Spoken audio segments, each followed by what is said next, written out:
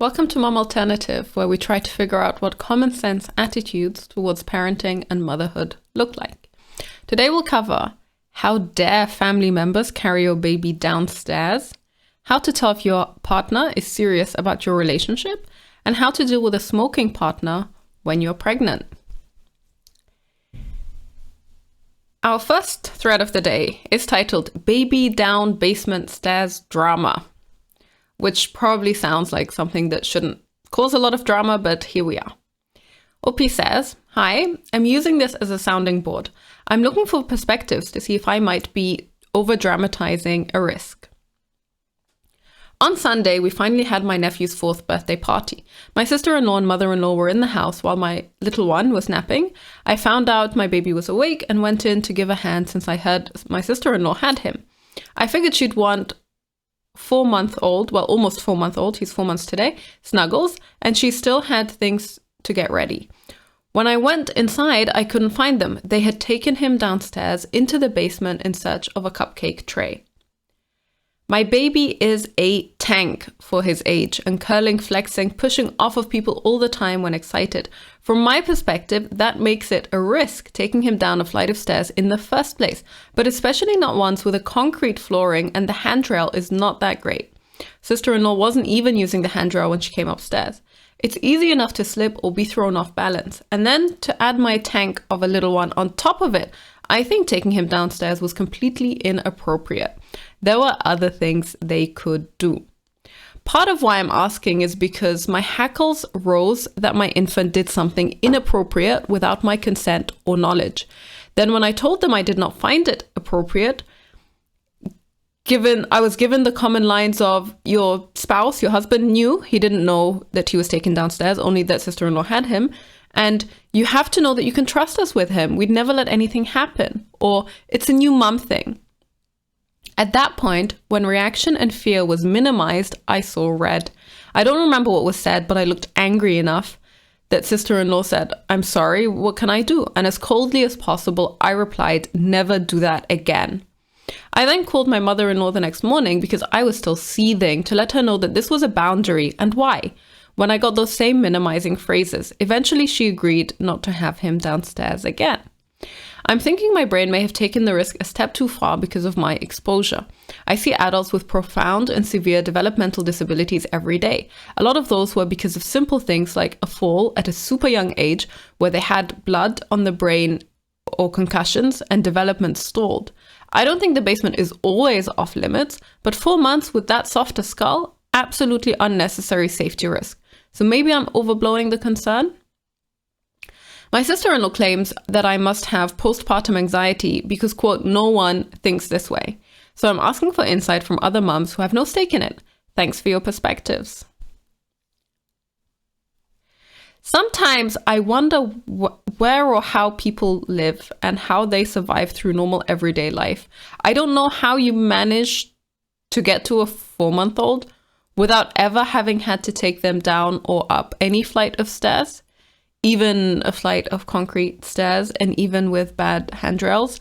We have stairs right in front of our house door. It's pretty much impossible to take the kid outside without also carrying him down some stairs. We have stairs inside the house. It's also it's just impossible. On a daily basis, our baby is carried up and down stairs. Now, that isn't to say I don't kind of get the point of, hey, don't drop the baby down the stairs, and past a certain age, they're really moving a lot and you have to be really careful when you're carrying them, that they don't push themselves off you and then you fall or whatever else might happen. There's a lot of things that could go wrong. But how do you manage to live on just as a normal human being, working your way, walking around through society, just with never having come across stairs with your child? I don't understand it. As far as I'm concerned, this is 150% times an overreaction. It is completely ridiculous, completely unreasonable. I would get it if it was clear that the sister-in-law wasn't really paying attention to him, if there was any reason to think that there was a problem. I find it kind of hilarious that she thinks that the sister-in-law should have used the handrail as she was walking up the stairs, which, as far as I'm concerned, if you're carrying a baby with one arm and then you're supporting yourself with the other arm, then that means that the baby is in a much riskier position than he would be if you had both arms on him. So I think that she has absolutely no idea what she's talking about. And I find it a little bit sad, like she already gives herself this excuse of, okay, I work with adults who have developmental difficulties, and a lot of them were caused by things like accidental falls. And I understand why that's concerning. And I understand why when you have that kind of experience and background, you might be a little bit more touchy about certain things. But babies can fall all the time. The moment, like he's only 4 months old now, the moment that he is a year old or 2 years old, you know, the likelihood of him falling down is somehow astronomically higher because he'll be learning how to walk and experience life and running around. And he does not have anywhere near the same level of coordination or control that an adult or a teenager or anyone who's been walking for longer than a couple of months would have. So this is completely unreasonable. I kind of think that a very big part of becoming a mother is this realization that anything could happen to your child. And that's quite terrifying as a thought, because you can think, okay, the risk is very low. They could get hit by lightning, but yeah, lightning doesn't hit that many people on average. So maybe that's not a reasonable fear for me to have. But for every single person that does get hit by lightning, it is a pretty big deal, right? So even if you don't walk around all the time thinking about being hit by lightning, if your child is that one that was hit by lightning, then suddenly this seems like a pretty horrific thing and a pretty horrific scenario. And you spend all of this time thinking, what could I have done as a mother to stop this from happening? And the answer is, in the vast majority of cases, not very much. There are some cases where maybe you're a little bit careless, or maybe you should be paying a tiny little bit more attention than you were in that moment in time, and you would have been able to intervene. But the majority of cases when things like this happen, it's just bad luck. If your baby falls, if he kicks himself off the sofa, if he launches himself off the bed, whatever, if he's on a swing or if he falls off the swing. You know, when I was a kid, I fell off a swing, got hit right in the face with the swing, and I was like 6 years old. And it was a deeply traumatic experience for me and a deeply traumatic experience for my mom. But in the end, it was just life. Just life sometimes happens. Sometimes you get hit in the face, and that's part of living.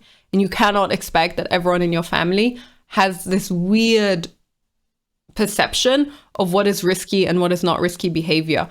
How would you live if you lived in a house that has 2 floors? Like, what would you do on a daily basis? I don't know. So yes, I think that this is completely over the top.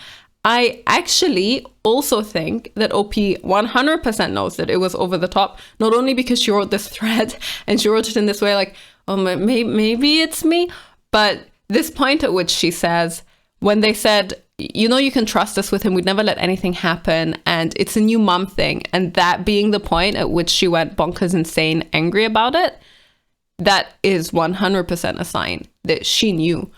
The moment that you feel called out in your emotions and you know that you're being unreasonable, that's when you really double down and get defensive. And clearly her response was to double down and get defensive in that moment. And then it bothered her so much that the next day she called up her mother-in-law to say, hey, she carried him down the stairs. It was extremely... Come on. I think that being a mother is about learning to control your extremely overprotective instincts, and that understanding that part of life is that you have to take a step back so that you can allow your children to experience life the way that they're meant to experience it. And that means that there's always going to be some element of risk. And that also means that it's going to be uncomfortable and you're going to hate it and you're going to watch your child do things that you really, really, really don't want them to do. But that is part of them learning and experiencing life and living to the fullest. And your role as a mother is to hold back and deal with it. That's how I feel about this one.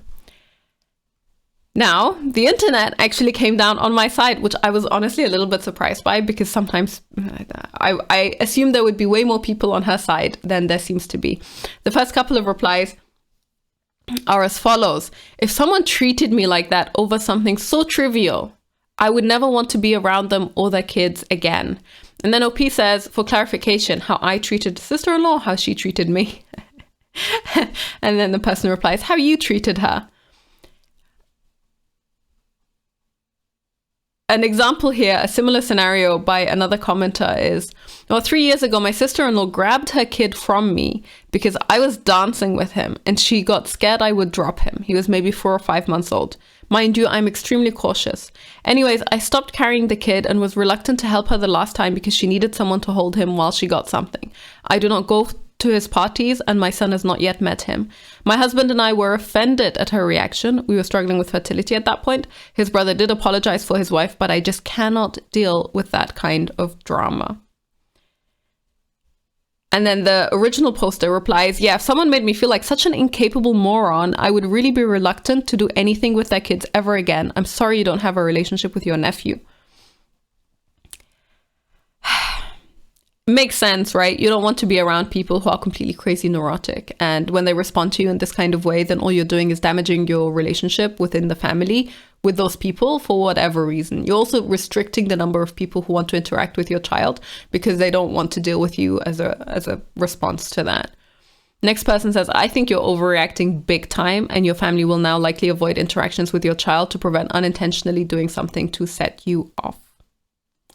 What's really cool about OP is that she does seem to be relatively open to this mindset. Again, that's partly also why I believe that she knew that she was completely, it was not a necessary response, because she says, hey, thanks for the honest perspective, and she's not defensive about it. And then the next comment says, if I was your sister-in-law, I would never touch your child again. You should be calling her and explaining why you had such an extreme reaction to her holding your child while walking down a flight of stairs. I have 3 kids and I would never think twice about my mother-in-law, sister-in-law carrying my baby down some stairs. The fact that you got so angry is concerning, and I agree with your sister-in-law that you might have postpartum anxiety or something, because this reaction was not appropriate for the situation. You could have simply said, oh my God, I just envision you falling down the stairs with him. Makes my stomach turn. No more stair trips, please. Which also sounds pretty terrible, to be honest. Like, even if she didn't overreact and get really angry and shout them down and so on, if someone said this to me, I would find it a little bit ridiculous. So that's how I feel about this one. I think this is probably going to be a slightly mean comment, but OP's name or handle on this forum is titled IVF Mum. And so some part of me wonders if part of the reason that we as mothers get so intense and get so fearful and get so overprotective, and this whole helicopter parenting trend that's really started over the last couple of decades has become such a large and commonplace thing, largely because people are having way fewer kids, and because of things like IVF. Like, you can imagine if having a child is a process that takes you months, if not years, of appointments and fertility treatments and heartache and grief and just everything that is associated with that. Things that I think are associated with going through IVF for the vast majority of people, then you can see why you would be so overprotective, because you're like, oh my God, this child is like, I've worked so hard to be able to have this one child, and the thought that absolutely anything might happen to that kid kind of drives you insane. Whereas, you know, if you have 4, 5, 6 children, it's not that those kids are less precious to you, but somehow you have a lot more understanding for the idea that kids will be kids, that things might happen, that they might fall sometimes, but they're durable. You kind of believe that a lot more. Maybe that's a bit of a mean comment. Maybe that's a mean thought, but that's how I feel looking at this right now. Our next thread is really short and simple, very sweet. It's titled, Is My Partner Serious? And OP says, long story short, nevertheless, is it normal to be together? I have a child together, been dating almost 5 years, and on his social media, there's no sign that he's in this relationship. Now, I'm not much of a social media person, so probably I'm not the best person to comment on this, because this to me is a completely mind-boggling question. It would never occur to me to try to find out how serious someone is about being in a relationship with me through how they behave on social media. Because ultimately, I think social media is a place where you perform. And it's not that it's not real so much. Of course, a lot of people can do a lot of things on social media that are a little bit weird. But I would say that that's not going to be my primary measure for understanding or believing that someone is serious about their relationship and actually committed to it. So I find this completely strange as a question. There's not a lot of context here, so I'm going to skip to the comments where OP does give a little bit more. the first couple of people reply on the line on my side pretty much, where they're like, I don't know why you would worry about that. Like, why would you consider that to be so important? And so she says, if your partner has never posted their personal relationship online, why would it change now? Does your partner act single? I don't care too much for social media and trust my husband from the very beginning of our relationship, nor has he ever given me a reason to think that he was acting single. Thus, I didn't care if I was posted on his social media when he had it. Some people place too much value in social media these days. Exactly. Like, I kind of understand on some level this idea that if you announce your relationship on social media, then you're a little bit more committed than you would be otherwise. But it's a bit weird. It's a little bit strange if that's your primary barometer. Like, if he cannot show you through any of the rest of his behaviors or how he interacts with you, how he behaves around you, that he's serious, then even if he had you on his social media, I probably wouldn't believe that he's actually committed, right? He could be one of those people who goes through 10 different girlfriends on Facebook, as far as you know. So it's a little bit strange.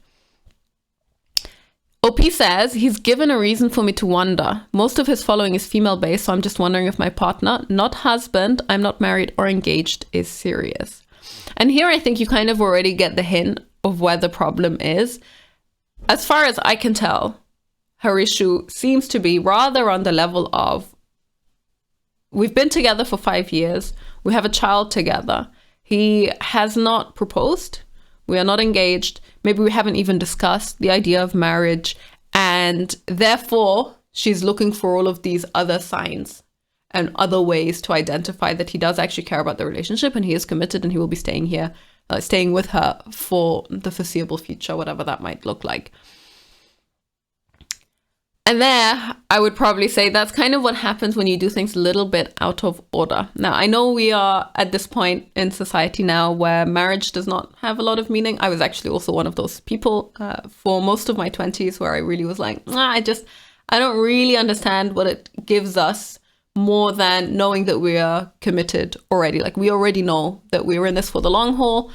What does marriage do additional? And I would say that the reason, or there is a certain parallel here that you can already see in terms of, if you look at social media and this idea of having someone being officially in a relationship with someone on social media and announcing that to your friends, to your family, so that everyone in your circle of people who knows you knows that you are with someone and knows who that person is.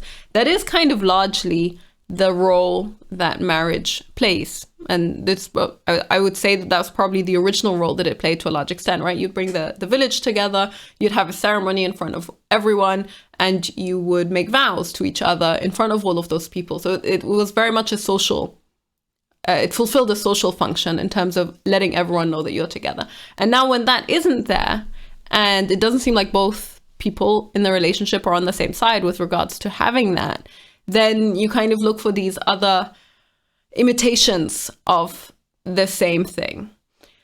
And maybe social media is that a little bit for OP here, probably wrongfully, I would argue, because if the primary problem is that you want to get married and there's no sign that marriage is anywhere in the books or on the cards for that, then you should talk to each other about it. She says here, another person replies, this seems less about social media and more about you being mad that he won't put a ring on your finger. If it was just about social media, you wouldn't care about the status of others' relationships, and you wouldn't care if they're married, engaged, or dating, because OP tries to dismiss a couple of comments here by saying, hey, these people are already married, and therefore that has no bearing on my situation. What I want is from people who are dating someone and how they identify if the person that they're dating is serious about them or not. Unfortunately, there are a couple of people here who do actually say, hey, I think this is a red flag. So if most of his following is female-based, then that's a red flag. He wants to appear single. Some men live a double life acting single online when they have a whole family in real life. I say trust your gut, find out why, and ask him. And another person who also thinks that it's a red flag, she says, hey, have you asked him about it?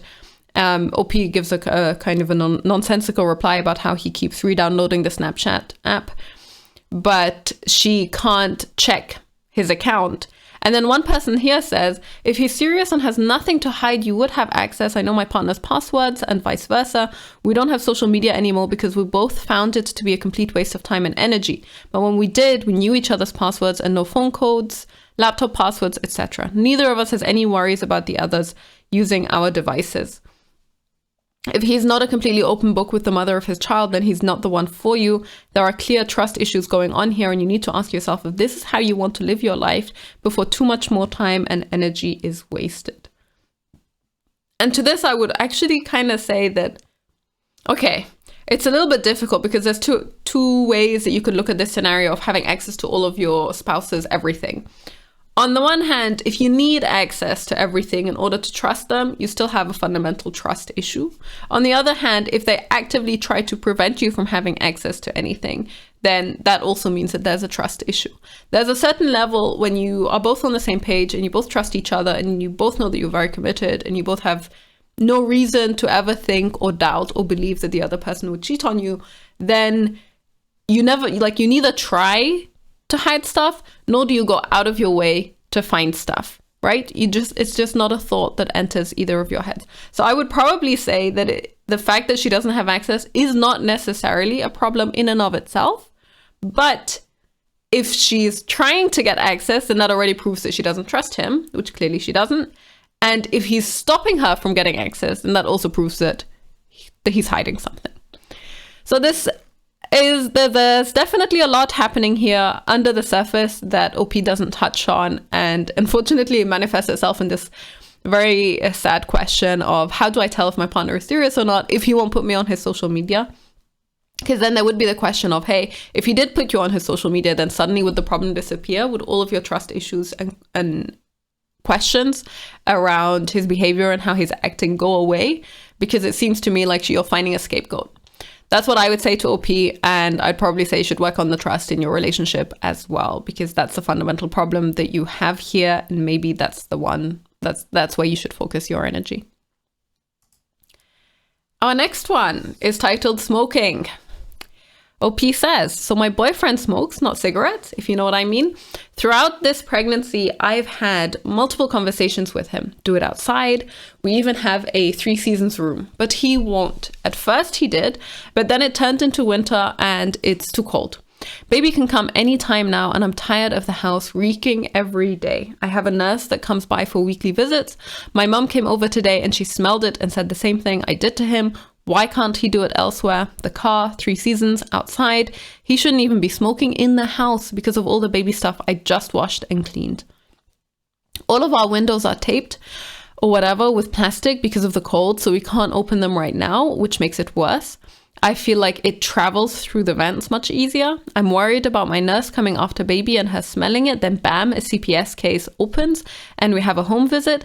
And if that happens, he just needs to go live elsewhere. I'm going to protect myself and my baby from that mess. I also can't imagine baby smelling the stuff and smelling like it.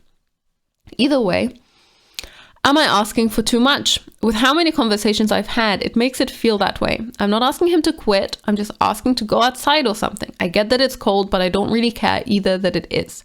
You choose to do this, and now we have a little one on the way that isn't choosing to be around it. So why are you going to force him to be around it? He always says okay, but then never does anything about it. I'm annoyed to my breaking point. My table is filled with dirty ashes. My home reeks every day. How do I go about this? Am I being too much? We have 19 days until our due date. Now, I am someone who is extremely sensitive to smoke. My dad used to smoke when I was a kid, and he would smoke cigarettes. So not the other thing that she's talking about, but he did smoke, and I hated it. I hated it as a child when he would do it. I especially hated it when he would do it in the car, because then I couldn't escape the smell at all. I would always try to convince him to open the window so I could just shove my head out and breathe. And I had uncles who smoked, and when they would start smoking inside, I would literally just get up and walk out the room because I could not stand to be around it. And I remember this very, very distinctly. Again, I was like 5, 6, 7 years old at the time. So I was very young, but I still remember it so clearly. And to this day, I despise the smell of smoke. Which is to say, I would never marry someone who's smoking anything and who wants to continue smoking anything. That said, The fact that she doesn't seem to have a problem with the smoking itself is fair enough.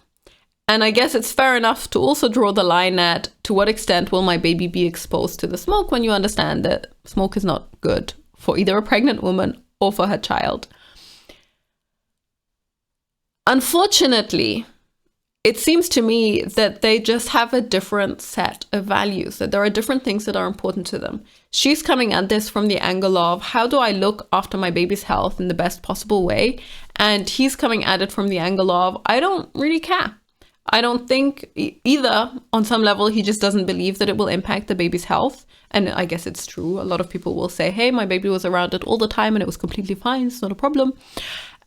Or he just doesn't care to the extent that he wants to change his behavior around it. Or maybe he's kind of an addict in his behavior and just cannot change how he goes about it. And I think that's not a fixable issue. I think if you have such a fundamental disagreement on a values level, I don't know how you can work past that. Either she has to compromise on her values of, I want to look after my baby's health and make sure that the environment that we have for him is clean and fresh and does not stink and is not bad for his health. Or he has to compromise on his, I can do whatever I want in my home value. And I have no idea how you could work past this. So no, she's definitely not asking for too much. Like, this is completely reasonable, actually. Even saying, hey, you can continue doing it, but please do it outside. My father-in-law smokes, but he 100% of the time does it outside.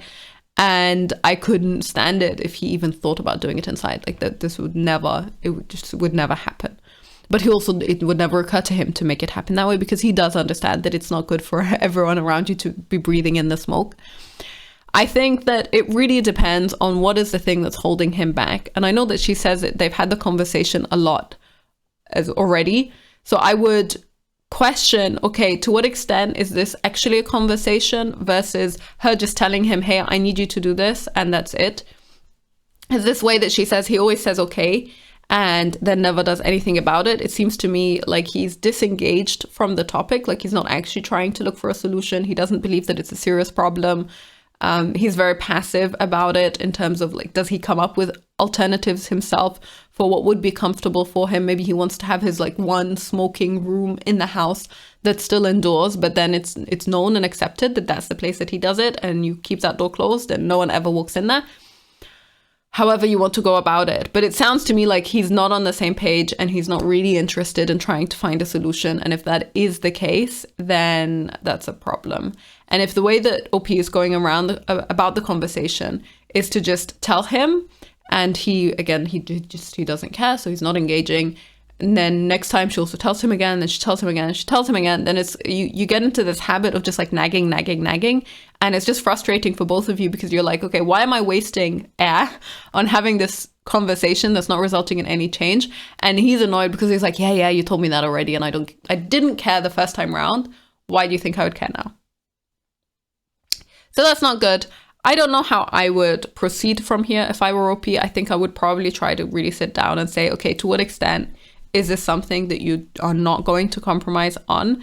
And I would try to make it clear to him that this is also something that I will not compromise on, i.e. if he continues doing it, then either he's out or I'm out, and that's it.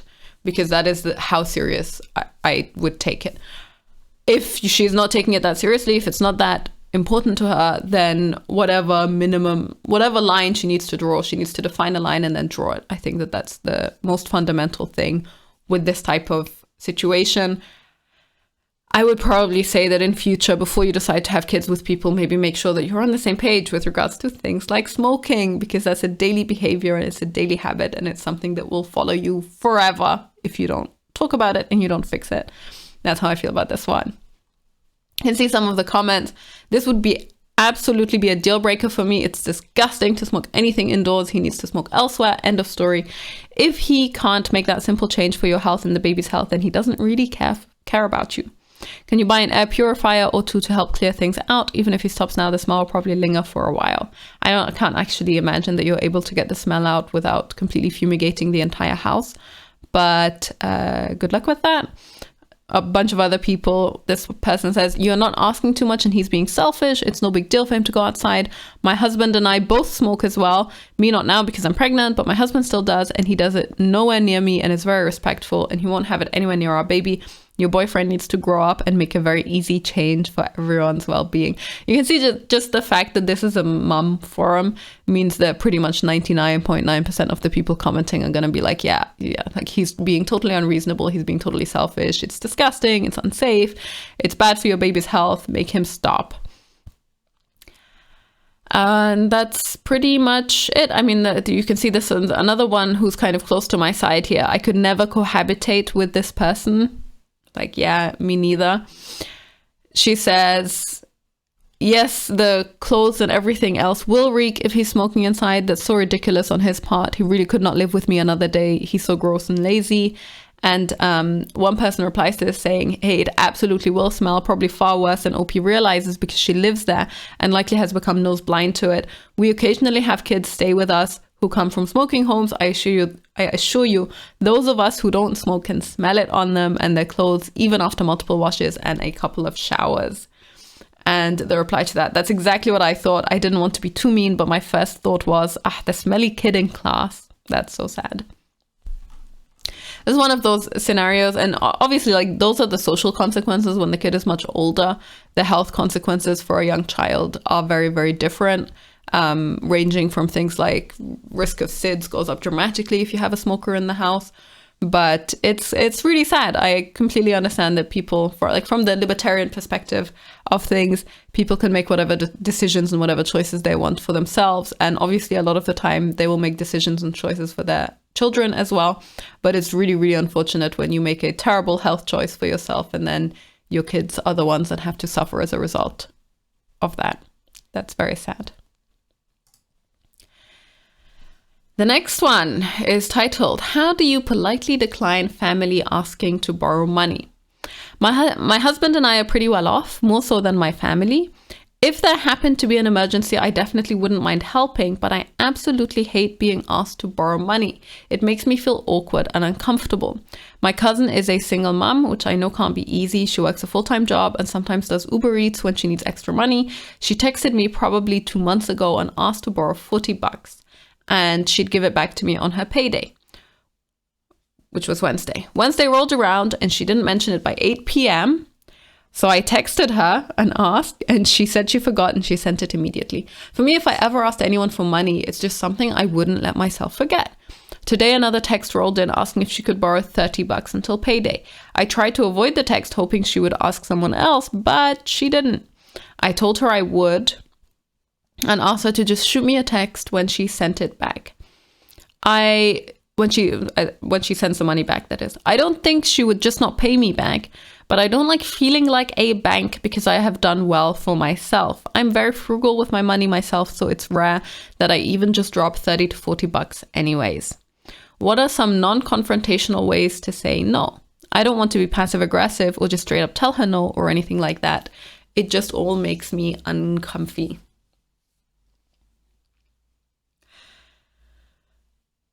Money is a huge source of conflict in the majority of relationships and also in the majority of families, kind of for reasons like this, but I think this is a very individual circumstance that I probably wouldn't put under the same umbrella as just money problems.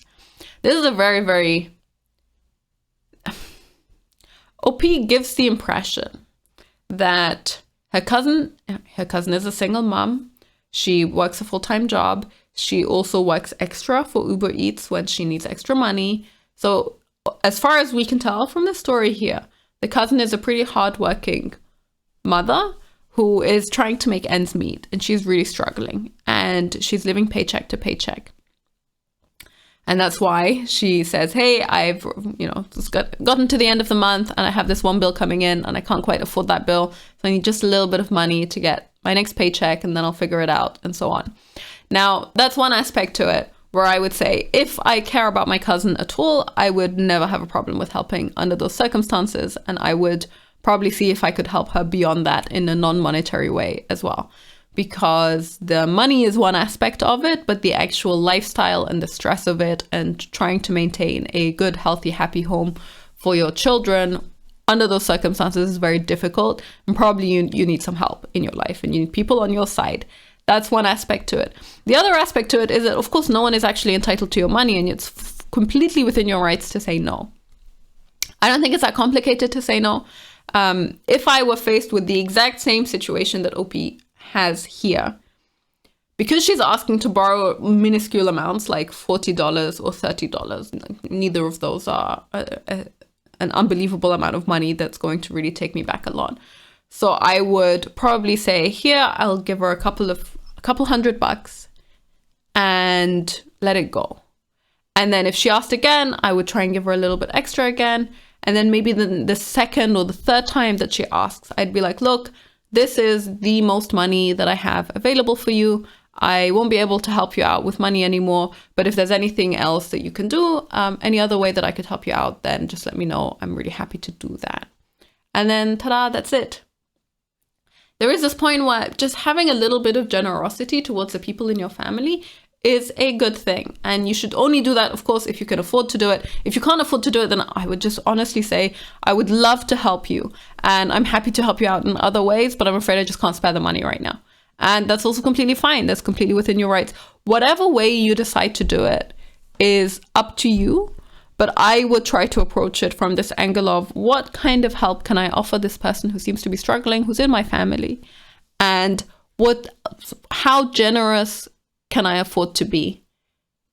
And generosity without limits is not great, because at some point the people in your circle will start exploiting that, and that's not good and not healthy for them either. You also don't want to enable her in terms of, if she is one of those people who just wastes a lot of money and you think that she's not making good choices with the money that you give her, then you don't want to enable that, and that's completely fair. And you can also say that as well, just upfrontly.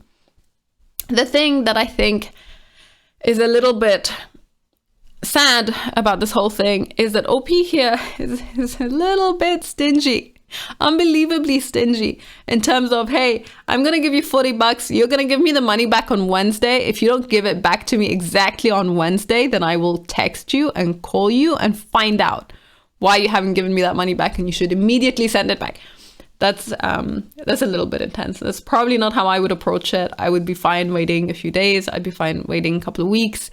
If it seems that she can't afford to give it back, I'd also be like, yeah, okay, you can keep that. But then next time she asks, I would say, hey, I'm sorry, I really just can't help you out with money right now. And that's it. And there's no reason to have any other conflict around it. I understand why being asked to give money to people is awkward and uncomfortable. But honestly, I do think in the majority of cases, unless you turn it into a habit where you always give money to people, I think in the majority of situations, people do need the help, and they wouldn't ask if they didn't. So, non-confrontational ways to say no, just say no. It's not that complicated. But also maybe try to be a little bit more generous and a little bit less stingy. It's not a good look. And see some of the comments. One person says, as a suggestion, this is the last time I'll be able to send you money because I have my own family to provide for. Something to that effect, just nicer. I honestly don't think you even need to give a reason for it. You can literally just say, hey, I'm sorry, I just can't spare the money right now. And that's it.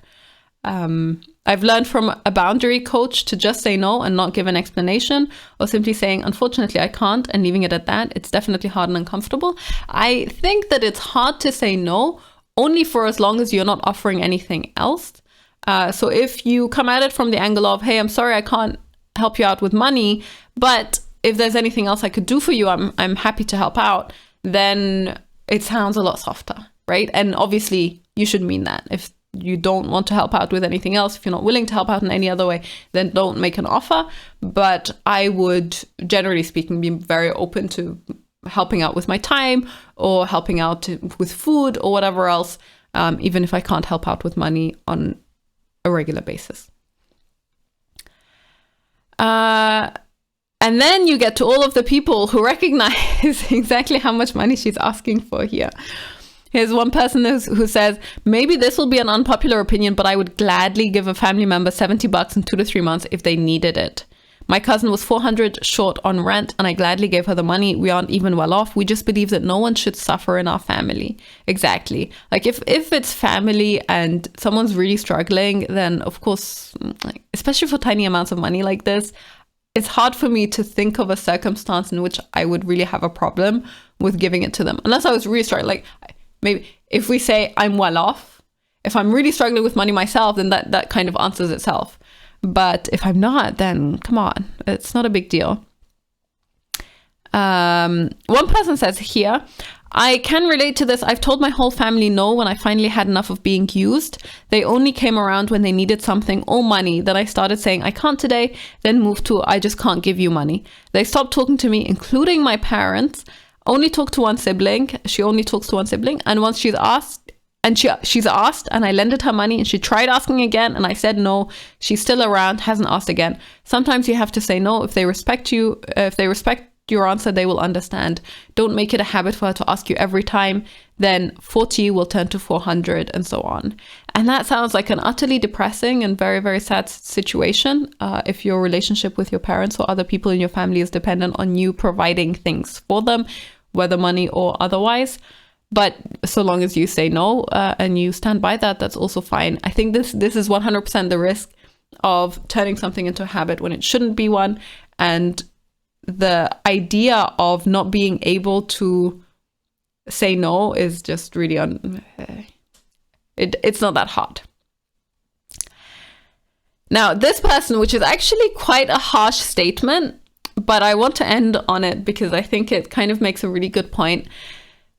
She says, as a foster parent, I've wondered how things go so wrong in someone's village and extended family that when things go sideways for a child, they end up with total strangers. I can't imagine a situation where I wouldn't open my home to our cousins' kids or even second cousins' kids if something happened and they needed a safe place to go. If anyone in our family needed help and we could give it, we would in a heartbeat. And I'm confident that my kids would never not be with family if something happened to us. But posts like yours help me understand. Imagine being pretty well off and not lending your own cousin $30 that you are sure she'll pay back. Damn. Now, I think this is a little bit over the top. I think this is suggesting a little bit too much bad will to OP than is necessary. But you can definitely see it's really this aspect of generosity and how you define generosity for yourself and to what extent you can be generous and compassionate during times of hardship for other people when you're doing pretty well. And there's obviously a point here where you try to understand, okay, what are the limitations? When does generosity turn into something else? But that doesn't mean that you shouldn't aspire to be generous as much as you can under the right circumstances for you and for your family. And I think it is a little bit sad that we've ended up in this kind of situation where you can say, hey, my cousin is a single mom. She's really struggling. She's living paycheck to paycheck and she asked me for a little bit of help. And I said yes once and now she's asking me again and I want to say no. But you couldn't just... The bare minimum that you could do is simply give her $100 and say, all right, look, that's the most money that I can give you for a while. I hope that helps you out. And if you need anything else, let me know. And that's okay. The moment that you are just a little bit, like you give just a little bit more than is expected or asked of from you, but then you still draw a line for yourself, then you're kind of living the best of both worlds. And I don't know why you wouldn't do that. I feel a little bit bad for OP here because the comments really dragged her for this one, but maybe it will also give her a little bit of perspective and a different idea about what the right way to treat your family members should be if you can afford to do it. The next thread of the day is titled, Guys, am I crazy or is it okay? Or is this okay for me to be upset? She says, he's making me feel like I'm an idiot for feeling this way. I had my twins early at 34 weeks last Tuesday and they are in the NICU. He's really pushing that his parents come and visit them here next week. I told him they can wait another week or so when we are home. He says I'm being ridiculous. And what is the difference between now and then? I'm feeling really emotional. And I also just want this time with my babies myself. I don't want other people holding them right now, etc. Mother-in-law keeps pushing and pushing. Her feelings always come before mine. This is a pretty tragic situation in general, and I completely understand why it is a very stressful time and a really draining time for everyone involved. That said, I can't relate to this way of dealing with family at all. And I think that comes from this idea of, okay, imagine that they're not babies, right? Imagine that just a member of your family is sick and in the hospital. Why would you not want other family members to come visit them? The way that people express that they care about your children, or they care about other family members, or they care about their friends, is when they're struggling and when things happen, when they're in hospital, they come visit and just hang out and just check in, see how you're doing, see if you need anything. I don't understand why this has to be treated as though it's an imposition, as though there needs to be a boundary here. This idea of, I don't want other people holding them. Okay, you could even, which I still think is unreasonable, by the way, but you could even say, I don't want them to hold the babies, but they can come see them. They can come visit. What's wrong with that? What kind of harm will happen to you or your babies because your in-laws visit them, their grandparents visit them? I think it's sad that people have developed this idea or this habit or belief, I guess, that not only do you have to do all of these things on your own, but also just the fact that you have people around you who are interested in being part of that journey with you and helping you and supporting you and praying for your kids or whatever it might be is a bad thing. I don't know how we got to a point where we've all convinced ourselves of this, but it's completely abnormal to me. And I really hate the explanation of, I'm really emotional and I just want this time with my babies myself. Are you sitting there in the NICU 100% of the day? And if you're sitting there in the NICU 100% of the day, you can't spare 5, 10, 15 minutes for other people to just visit and see the babies? Why? What are they taking from you? I think that it's a very good question on the husband's end to say, okay, why is it more okay a week from now versus right now? What's the actual difference going to be? That's number one. Number two, I actually think it's much better for the babies to have a lot of contact, as much contact as possible during that time. There's a bunch of studies about this. You can go look them up before I say anything else. In general, when babies are very young and in the NICU, obviously they're not so they have no contact, no skin to skin contact with other people because they're in their little cubicle by themselves. And it's sad and lonely and depressing and tragic. And as a mother, of course, you want to take them and you want to hold them, and that's awesome. But also the fact that other people touch them and interact with them and engage with them is good for them as well. It's not a bad thing. If you're coming at it from the angle of, oh, I'm scared that they're going to get sick and really bad things will happen, then again, that's fine. You can do that and just say, I don't want anyone else to hold them. Maybe you can see them from outside. Maybe I can show them to you. I can hold them and show them to you. However you want to deal with it. But I don't get it. I don't get why you would be upset. I don't think that the fact that the husband is okay with his parents visiting his children and you're the person who's saying, no, I want them to myself. I don't understand it at all. And I don't think it's about her feelings coming before yours. I think it's about one person being reasonable and one person not being reasonable. So for me, on this one, I would come down on the husband side and say, yeah, you're being a little bit irrational. And I get why you're being irrational. I get that this is an emotional time. I get that this is a stressful time. I completely understand why you're being irrational, but that does not change the fact that you are being irrational. And it's unfortunate for all of the people in your life. And you could, again, just change your perspective with regards to other people taking an interest in your kids and in your kids' health and in how they're doing. It's amazing that you have people around you who want to be there for them, who want to make sure that they're okay, who want to see them. It's not that they expect that they'll be playing with them or taking them away from you or anything else. They just want to visit family members who are in the hospital. And that's a very human, kind thing to do. I believe I'm the only person who feels this way. Pretty much everyone else came down on the opposite end of the spectrum. First comment is, your husband shouldn't make you feel like an idiot. If they've waited 34 weeks to meet the babies, they can wait a couple of weeks to see them, I guess. I think this is the reason my husband chose for family members to wait 3 months until they meet our daughter. Your husband should be supporting you and respecting your time to heal. I think making people wait 3 months unnecessarily to meet your daughter is completely unreasonable and completely just... It feels to me like, as parents, we are trying to prevent our children from having relationships with other adults and other people in their life and other family members. And I don't understand why this is something that you would wish on them.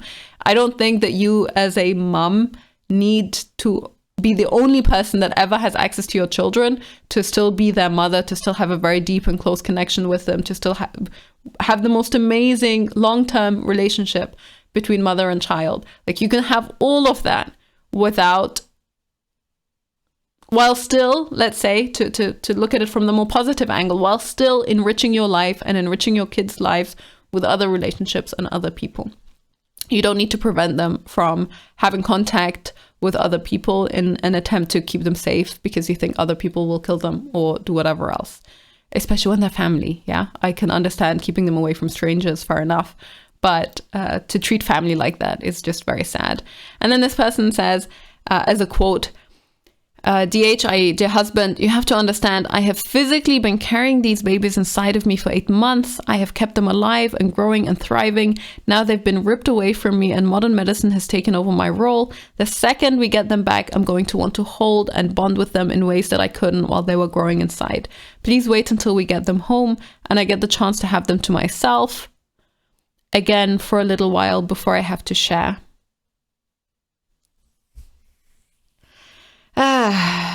There's something about the way that this is written, you know, everyone's like, oh, beautifully written.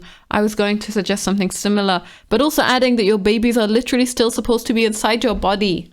They're in the NICU to protect them the way that your body would be had they not come early.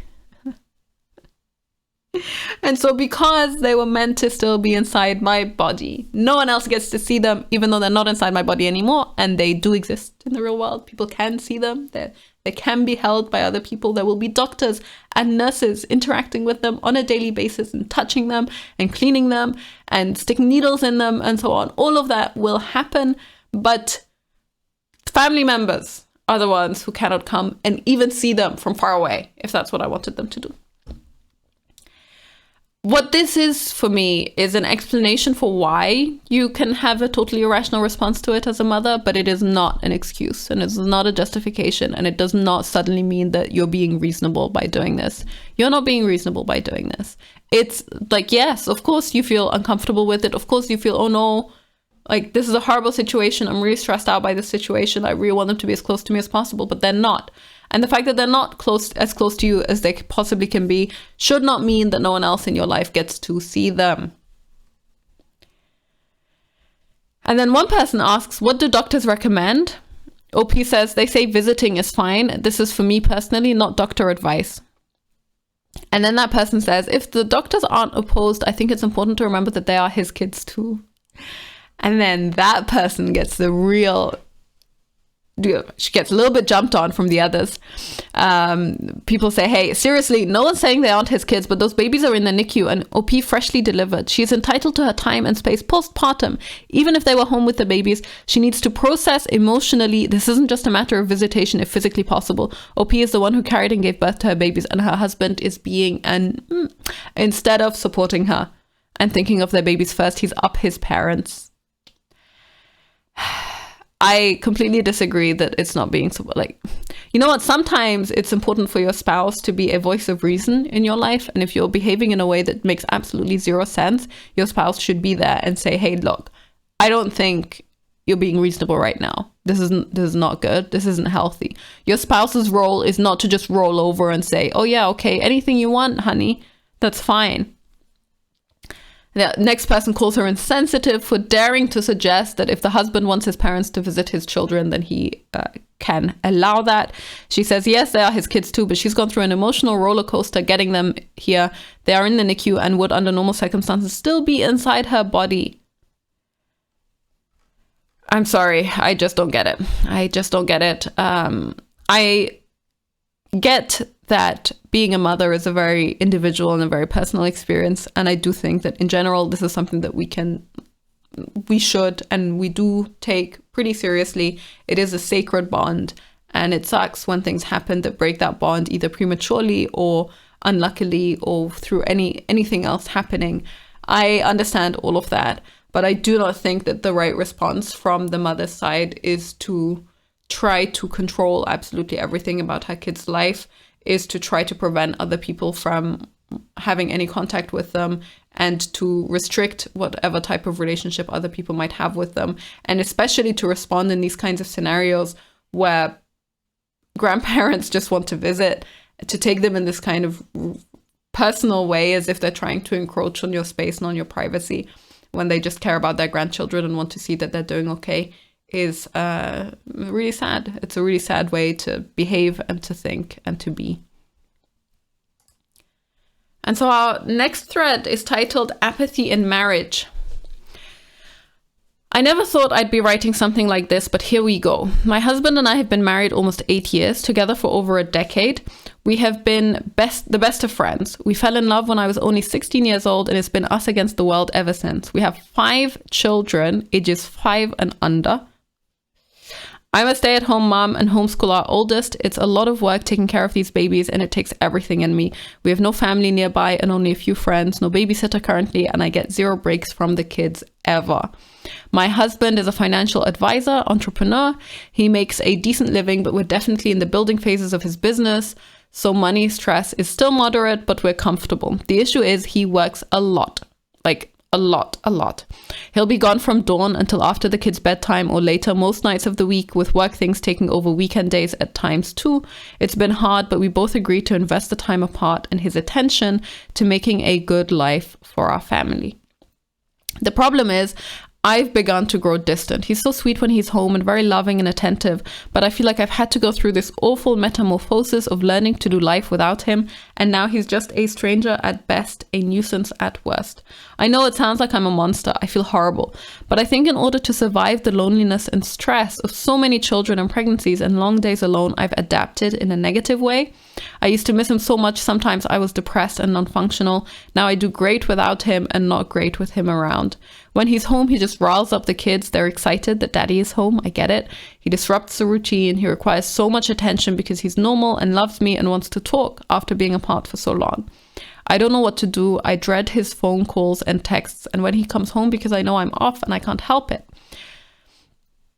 I don't want to hurt him, and I want to fix whatever my issue is. He and I both deserve more.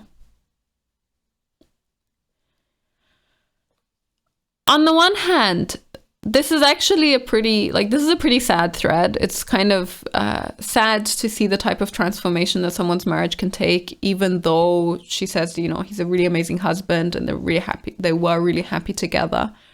But on the other hand, I actually think this is a really positive thread as well, because it shows that she recognizes that there's a problem. She understands what's causing the problem, which is how long he is working. She paints this picture where they're both actually pretty much on the same page.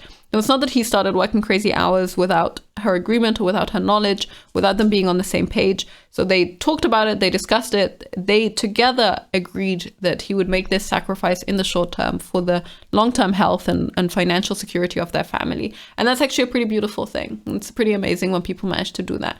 That's not 100% perfect kind of makes a lot of sense as well. The idea of having 5 kids under 5 years old in a house at the same time and having to manage all of that as a parent, as one single parent by herself 90% of the time is unbelievably stressful. I don't know how she does it. I couldn't imagine doing it. So all of it makes sense. It also makes sense why she has these periods where she's like, okay, you know what? I have a routine figured out when he isn't in the picture, but when he is in the picture, then suddenly the whole routine changes and we have to adapt to that. And because he isn't here so often, this is taking a lot of adjustment time from me. So honestly, the problem actually makes a lot of sense to me. And I think that this might be one of those perfect examples of the types of ebbs and flows that can happen in a marriage. And these periods of time, when everything is really great and awesome and you're really happy and excited and everything's going well. And then these little periods where you're just stressed out and you have a lot to handle and there's a lot on your plate and you're a little bit depressed and you feel lonely, and your relationship, because you haven't invested any time in your relationship in a long time, is starting to suffer as a result of that. This all just happens naturally because you just have different seasons in life and different things come up and then different things go away, and you have to learn to adapt to that as a married couple and as a family. So it's a very believable, very relatable type of scenario and a perfect example of a fixable problem. So I think that like how I would deal with this problem if I were in her shoes would be to try to find an occasion, or to ask my husband for an occasion to sit down and talk to him and then say, hey, look, I know we made this decision together and I thought I could do it and I was happy to do it, but honestly, I'm really struggling right now and I think I need some short-term changes to try and make things a little bit different for me and to make my experience a little bit different and to invest a little bit more time into our relationship, so that we are on the up again, that I don't feel like I'm so alone all the time and I don't know how to deal with it. And I'm pretty sure that would go well because he sounds like a really great husband and this sounds like a pretty great marriage. And the period of time in your life where you will have 5 kids who are under the age of 5 years old is a short time. It is not going to go on forever. And as kids get older, they also get easier to manage and easier to parent, hopefully, for most people. And they require a little bit less of your energy and of your time. So this is also a season that will hopefully end, and hopefully their marriage will come through it a lot stronger. I think this is a really positive thread on the whole. Some of the comments about this, I'll skip a little bit. She says, I realize getting the business going takes priority, but does he really need to work so much? Would having 1 or 2 less late nights a week set you all back that much? She says, I'm just asking, not trying to be sarcastic or anything. I ask because your children are not going to be little forever, and this is time he can't get back. It sounds like a good heart-to-heart would be a step in the right direction. Trust me, communication is key. I wish I had better communication after a failed marriage of 13 years. And being together for 17 years. Resentment will destroy a marriage. Good luck, and I wish you the best. What's really nice about this is it doesn't sound like OP is actually resentful. It sounds like she's just disengaged a little bit. And I would probably argue that that's more of a self-protection mechanism, just because she felt lonely. And the best way to try and move on from that is to focus on the things that you can control and to deal with that. OP says, thanks for your advice. I'm sorry to hear about your marriage. And then she says, I know we need to have a deep talk about this. We haven't had much time together where we're not both falling asleep on the couch at the end of the day. Something has to change because I'm honestly scared. I don't want to feel this way. And then OP here also says, I'm scared to jeopardize everything we've sacrificed and worked for by taking away his attention from work. I suppose there's no point in working so hard if there's nothing to come home to, but it's easier said than done. And this is exactly one of those circumstances where you really have to look at, okay, what are the compromises that we're making? To what extent are we sacrificing way beyond what is necessary versus to what extent is this absolutely necessary? And if it is necessary, then how long is this going to be the case? I think sometimes you just have to look at your priorities in life. And if your priority is your marriage and your family, then even though you may have to slow things down a little bit on the business front, it would make sense to take just a little bit of a step back and to try and rebalance the time that you're investing. But it's also good to have these periods of time when you say, okay, we're going to go all in on the business and that's what we're going to really focus on. So it's just a question of talking about it and figuring out what the right priorities are for your relationship at that point in time. And when you have 5 kids who are super young, then probably this is not the best time to go 100% all in on the business. Yeah, pretty much everyone suggests, hey, you can talk about it and try to figure out a different compromise. This person says, if you try talking to your husband about setting some days and times aside for the family, he sounds like a good husband whose only mistake here is working too much and taking away from family time. You say he's loving and attentive to you and the kids when he's home. It's great that when he's home, he's present, but it does no good if you've built up resentment. Take time and have a talk with him because communication is the only thing that will fix it. And then OP says, which I find a really interesting comment. She says, my concerns and problems are valid, but I know that some of this is postpartum hormones acting crazy too. Breastfeeding a 5-month-old through a growth spurt can throw everything out of whack. So it seems also as if she has enough self-reflection and enough self-awareness to recognize that sometimes the low that you experience is also a result of the circumstances that you're experiencing in that particular moment in time as well, and that your situation will naturally start feeling a little bit better the moment that you're a little bit less stressed out. But yes, for once, this is a marriage that is 100% fixable, and hopefully, I hope for both of them that they manage to sit down and they manage to figure out what the best way of dealing with it and moving forward together as a couple is. Thank you all for listening today. If you disagree with any of my takes on anything, feel free to leave a comment, and I will see you next time.